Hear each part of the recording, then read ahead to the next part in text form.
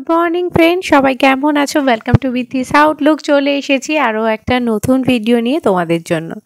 আর আজকের ভিডিওটা কিন্তু একটা অন্য স্বাদের। সন্ধ্যাবেলাতেই বেরিয়ে পড়েছিলাম সেদিনকে বাইরে, মানে একটু মার্কেটে গেলাম, তার কারণ গিফট কেনার আছে। সামনেই আছে আরও একটা নিমন্ত্রণ বাড়ি। বন্ধুরা, চললাম আরও একটা জায়গায় নিমন্ত্রণ। যেতে যেতে বলছি কোথায় যাচ্ছি, কারণ রাস্তায় খুব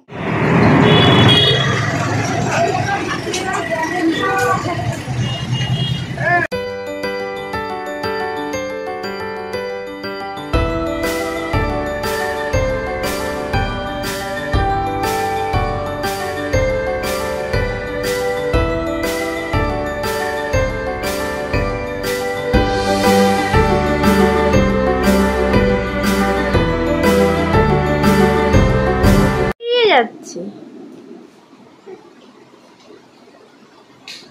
এবার আমাদের বার্থডে গার্ল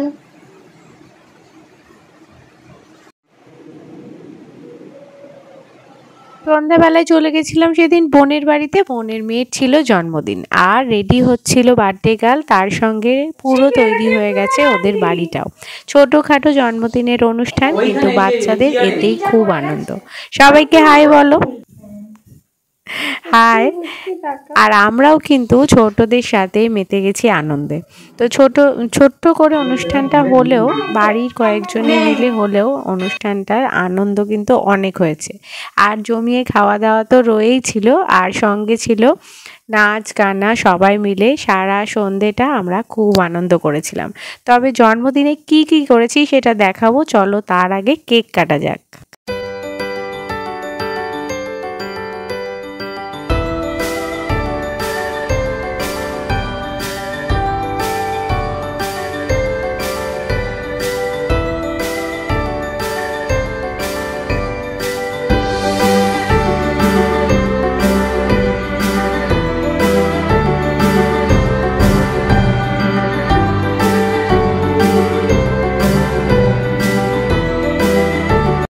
বার্থডে গার্লের জন্মদিনের কেক, তার সাথে বেলুন দিয়ে সাজানো, এটা তো সবারই খুব পছন্দের। আর রাত্রের খাবারে ছিল গরম গরম লুচি, তার সাথে কষা মাংস, তার সঙ্গে পায়েস আর অনেক রকমের মিষ্টি। বোনের বাড়িতে যে কোনো অনুষ্ঠানে মিষ্টি হয় অনেক রকমের, কারণ ওরা নিজেরাই মিষ্টি খেতে খুব ভালোবাসে। আর সেই জন্য ওদের বাড়িতে গেলে কিন্তু হরেক রকমের মিষ্টি খাওয়া হয় প্রত্যেকটা বার।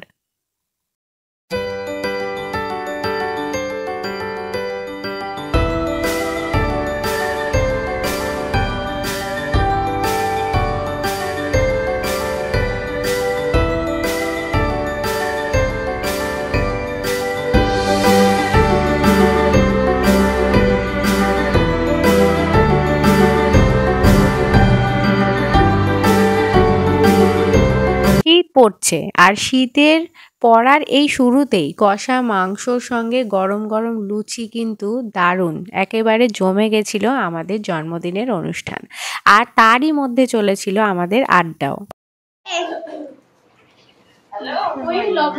হ্যালো দিদি, হাই বলো। হাই। ওইখান থেকে তোমার দিদি ওকে উইশ করো। দাদা দিদি হ্যাপি বার্থডে। বন্ধুরা, জন্মদিন বাড়ি থেকে বিদায় নেব। হ্যাঁ, সবাইকে টাটা। তবে ভিডিও এখনও রয়েছে, আর অনেকটাই বাকি আছে। চলো, বাড়িতেও রয়েছে একটা অনুষ্ঠান, যেটা এখন গিয়ে আমরা হব তার জন্যে কিছুটা প্রস্তুত।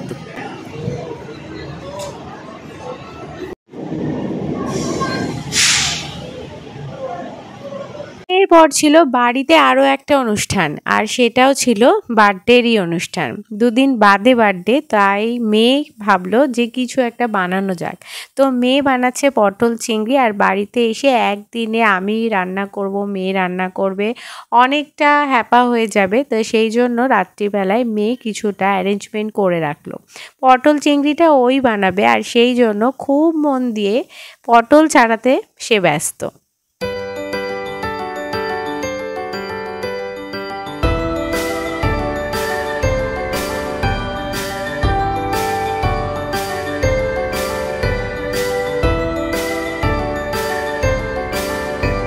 শীতের শুরুতেই কিন্তু এবারে অনেক নিমন্ত্রণ বাড়ি, পর জন্মদিন রয়েছে, বিয়ে বাড়ি রয়েছে, আর সব কিছু তোমাদের সাথে একে একে শেয়ার করব। সব জায়গায় যাব আর খুব মজাও হবে। অনুষ্ঠান বাড়িতে যেতে আমি এমনিও ভীষণ ভালোবাসি, তার কারণ হলো অনেক দিন বাদে লোকজন, আত্মীয় স্বজন, বন্ধু বান্ধব আর কি সবার সঙ্গে দেখা হয়, অনেক গল্প হয়। এখন ওর বাড়ি যাওয়া প্রত্যেকের সময়ের অভাবে প্রায় বন্ধ হয়ে গেছে, তাই অনুষ্ঠান বাড়িটাই হচ্ছে একমাত্র জায়গা যেখানে গেলে কিন্তু সবার সঙ্গে সবার দেখা হয়। আর সেই জন্য কোনো অনুষ্ঠানই কিন্তু আমি মিস করতে চাই না। রান্না পুরোটা কিন্তু ওই দিন হয়নি, রাত্রিবেলায় কিছুটা প্রিপারেশন করে রাখা হলো, আর তারপর পুরো রান্নাটা হবে পরের দিন। পটলে নুন হলুদ মাখিয়ে আর পুরটা বানিয়ে রাখা হলে পরের দিন কিন্তু একদম চটপট রান্নাটা হয়ে যায়। তাই জন্য কিছুটা জোগাড় তো করে রাখা যেতেই পারে।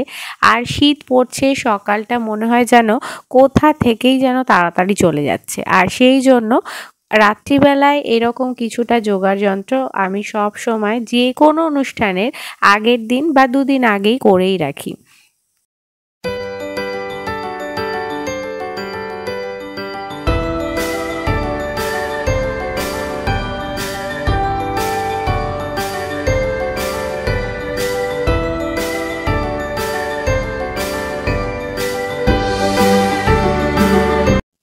পটল চিংড়ির পুরে থাকবে চিংড়ি মাছ, আর তার জন্য সেই পুরটাও বানিয়ে নেওয়া হচ্ছে। চিংড়ি পেঁয়াজ সব কিছু দিয়ে মিশ্রণে একটা পুর বানানো হবে। এটা কিন্তু খেতে খুবই টেস্টি হয়।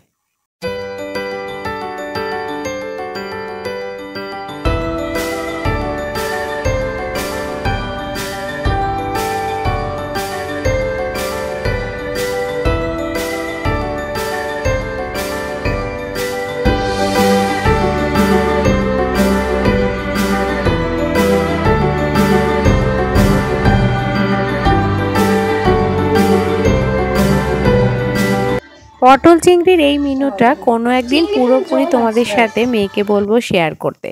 খাওয়া দাওয়ার পর আমি ভিডিওটা তোমাদের সাথে শেয়ার করছি। সত্যি এটা অনেক টেস্টি হয়েছিল। রান্নাটা যদিও সে ভালোই করে।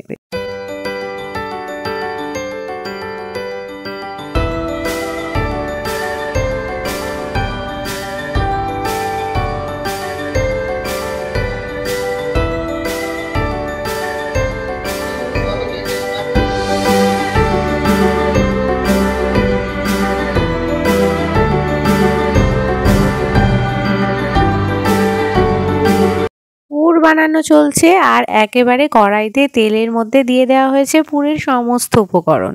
তারপর এটা ভালো করে কষে আর রেডি হয়ে যাবে পুর। ফ্রিজে রাখলে ঠান্ডা হবে, আর পরের দিন এটা পটলে ভরতে আর তার সাথে বাকি সমস্ত রান্নাটাও কমপ্লিট করতে অনেকটা সুবিধা হবে, আর ভীষণ তাড়াতাড়িও হবে। তাই এক জায়গা থেকে ফিরে হলেও কিছুটা কাজ এগিয়ে রাখা কিন্তু সবসময় ভালো।